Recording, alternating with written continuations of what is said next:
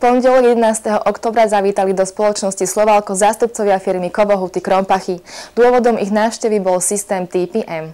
Podľa zástupcov východoslovenského podniku je pre nich výhodou, že Slovalko a Kovohuty majú podobné zameranie. Vyrábame meď a máme niektoré spoločné problémy, ktoré sa týkajú, alebo systémové problémy, ktoré sa vlastne týkajú buď teda výroby alebo údržby, a v tomto okamihu sme si povedali, že vieme, alebo radi by sme skonzultovali niektoré kroky, ktoré robíme u nás, s tým, že teda máme informácie, že Slovalko na tom začalo pracovať zhruba pred niekoľkými 2-3 rokmi, a v tomto procese, jedná sa konkrétneho proces zlepšenia údržby, sú trošku ako pred nami. Takže to bol ten hlavný dôvod. Ste už teda videli, a aké závery z návštevy? Tak, tá návšteva samozrejme je krátka, pretože ako nemôžeme do detailu pre všetky veci, ale sa v budúcnosti áno, ale sme si ako prešli v podstate tú celú filozofiu tohoto prístupu, je to teda prístup TPM, tú filozofiu prístupu vlastne Slovalka k tomuto systému,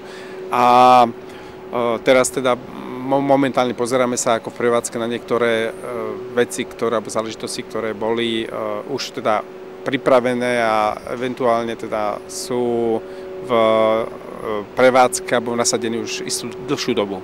V spolupráci so žiarským závodom chcú krompašské Kovohuty pokračovať aj v budúcnosti. V mesiaci október vykonali spoločnosti Slovalko rekonštrukciu sila slúžiaceho na uskladnenie oxidu hlinitého. Na revízii sila sa podielalo viacero prevádzok akciovej spoločnosti Slovalko. Revízia sila bola plánovaná už v podstate od minulého roku.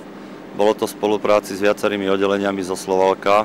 Realizujeme práce s oddelenie IL, oddelenie údržba, oddelenie elektrolíza a v spolupráci s externými firmami, ako je Remeslostrojal alebo Core Service. V podstate v priebehu soboty, nedele sa silo ako také vyprázdňovalo, alebo respektíve čistilo spodok dna tohto sila, a od dneska, od pondelka začínajú práce na opravách čeriacich žľabov, ktoré by mali pokračovať plánované je to až do stredy rána, ale podľa všetkého práce stihneme skorej, takže aj silo do tej prevádzky pustíme asi skorej. Jedná sa o viacero síl, alebo toto je jedno? Jedná sa len o toto jedno silo. Každé z týchto veľkých síl je plánované v časovom intervale 2 roky, revízia, čiže pri tej revízii sa všetky tieto práce musia uskutočniť. Momentálne je silo po revízii už v riadnej prevádzke. Spoločný novinársky deň sa v spoločnosti Slovalko a SAPA uskutočnil v utorok 19. októbra.